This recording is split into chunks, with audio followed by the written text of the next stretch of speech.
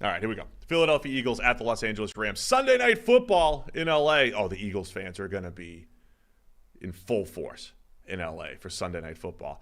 Eagles favored by 2.5 here. They're 8-2. Rams 5-5. I'm looking forward to this game, man. I might not wait all day. I'm not going to wait all day for this. We got other stuff to do, but I'm going to be excited once 8:20 hits Sunday night for this one. Yeah, good game. This is going to be fascinating because in multiple areas, in particular, I think like the more interesting side of the ball to me, I think, is definitely Philadelphia's defense against the Rams' offense. And I think it's really interesting in several different areas. I think the secondary is interesting. I also think that Eagles' defensive line going up against the Rams' offensive line in its current iteration is really interesting. So that side of the ball, I think, is going to be an absolutely fascinating watch. So we got Quinyon Mitchell, Cooper DeJean. We back to DeJean now? It just people. I'm going to say it differently every time just to. That'll be my emotional head. Well, this is one of those things where he seemed to have determined it was pronounced differently to the way everybody was pronouncing it. And then there was like a brief, people just ignored that, as opposed to, recently there's been a spate of actually his name is pronounced differently. And now we're saying like all these name pronunciations have changed. Cooper DeJean should have said, no, it's actually pronounced, and people just ignored it. Nah, sorry, it's DeJean. Don't care what you say. Yeah. But we're getting a lot of hype for the two rookies, and I think they've been justifiably so. Yeah, they've been very good. Maybe a little too much. I'm a huge Quinyon Mitchell fan, but the people said the words 2009 Revis in the same sentence. Who said that? The people are. I've seen it out there. The people? Seen it out there.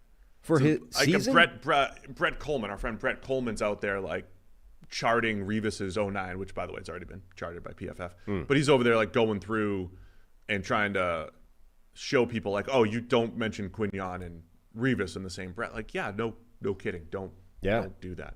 But he's going through the work to prove it out.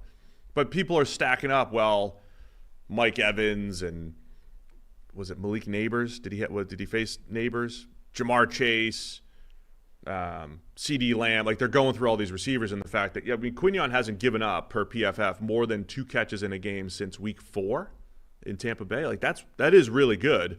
But you just can't compare it to 09 Revis. No, for a variety of different reasons. That would be silly. That would be a bad thing to do. But Quinyon's been very good.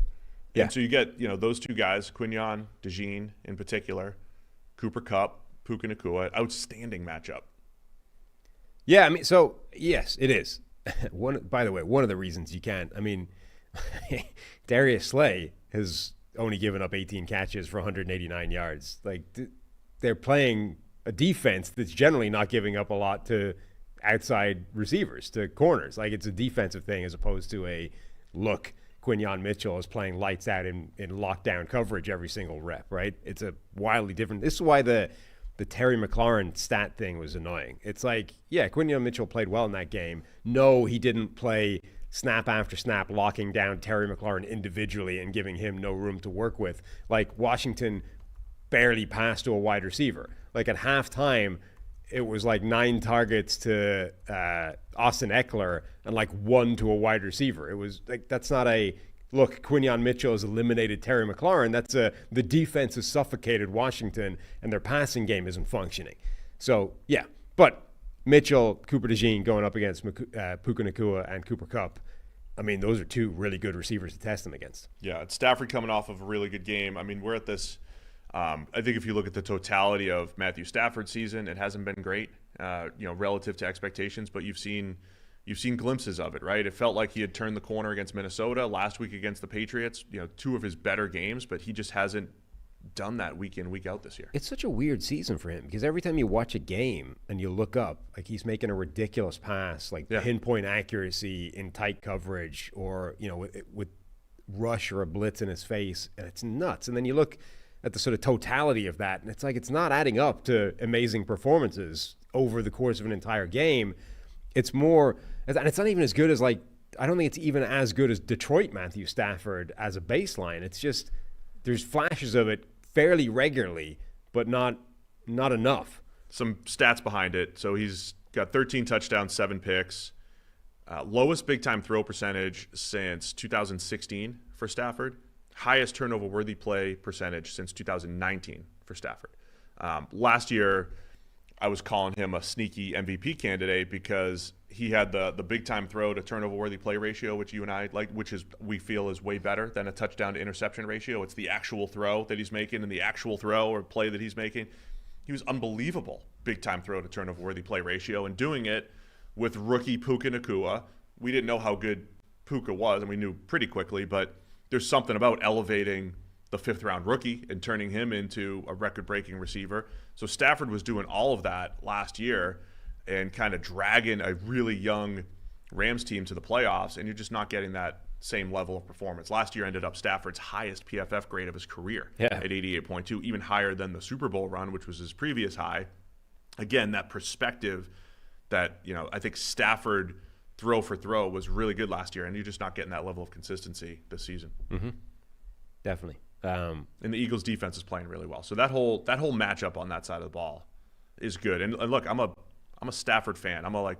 Love to watch Stafford. I love to watch him week in, week out. I think any week he's capable of looking like the best quarterback. Been saying that for years. And he could go on a run here for the Rams, and they're going to need it. They're sitting here at 5-5. Yeah, the other side of the ball is pretty interesting as well, though it does feel to me that it much more favors Philadelphia. I think their offense should have success against the Rams. It will be an interesting test, though, for that Rams defensive line, that young defensive line that's been so good consistently this season. Jared Verse looking amazing, Braden Fisk being good. That group has been impressive. They're going up against one of the best offensive lines in the NFL. Can they still have that kind of impact, or, does this neutralize them? I wonder if this one looks like, if you watched Philadelphia and Washington, it was close. Philadelphia leaned on them in the fourth quarter. I'm a huge Kobe Turner fan, Braden Fisk. I like those defensive tackles. I don't think they anchor well against a team like the Eagles that can lean on them. And a reminder of what Saquon Barkley has done this year. Is it a body blows game? It might be. It might be. Even if it's not body, it could happen in the first quarter. I don't trust. Kobe Turner is a disruptor, but he doesn't anchor very well, right? Braden Fisk, those dudes can get moved off the ball. That's what Philly wants to do.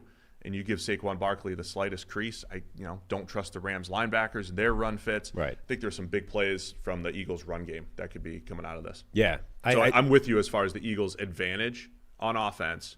And then it puts, to me, the pressure on the Rams offense to try to keep the other side I think is close. I could see either the Rams offense or the Eagles defense winning that matchup. I think that they plausibly are can both hang with the other one. The Eagles offense against the Rams defense, I don't see too many ways that doesn't go in Philadelphia's favor. They just have even if that defensive line can match up and actually do really well against one of the best offensive lines in the NFL, I don't think that their secondary can hold up against that group of receivers. Saquon Barkley is a mismatch if he gets to the second level. It's just there's too many ways where the Eagles offense, I think, is a mismatch. All right, man, let's make some picks. Or anything else you wanted to add? No, on this? I think we're good. It's 2.5. Eagles are favored. 48.5 is the over/under. Again, I think Vegas expecting some level of scoring in this one. The Eagles defense, though, averaging about 17 per game allowed. They've been really good. Where are you going to go with this one Sunday? I'm going to go with the Eagles covering that. I will as well. Even on Harry the road. Also taking the Eagles. What? Even on the road. Even on the road, yeah. We're all taking the Eagles. Thanks for watching all the way to the end of our video.